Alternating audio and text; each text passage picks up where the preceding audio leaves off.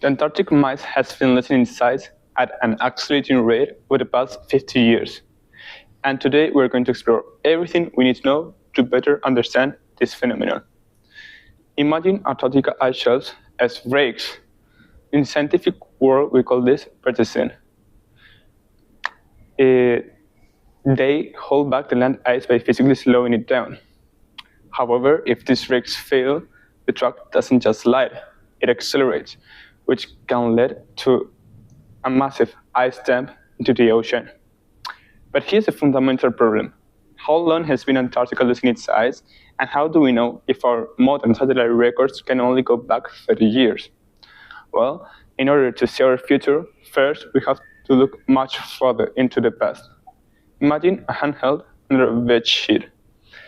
The hand creates a visible bump on the surface.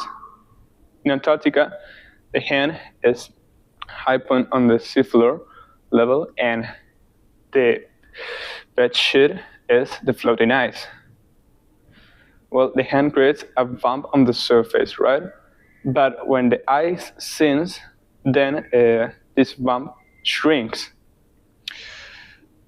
Seeing this in the 1970s required intensive detective work.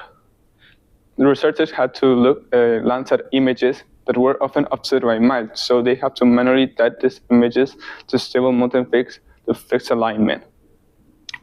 Well, 3 specific areas were tracked: 1973 to 1989, 1989 to 2000, and 2000 to 2022. The discovery was a wake-up call.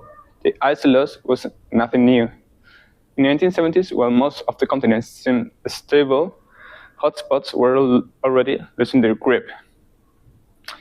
And the ice loss has been accelerated.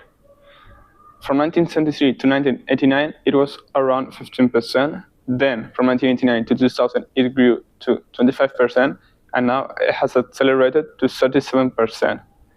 The most concerning finding is that this ice loss is often permanent, so we cannot ignore the consequences of this study. Thank you very much.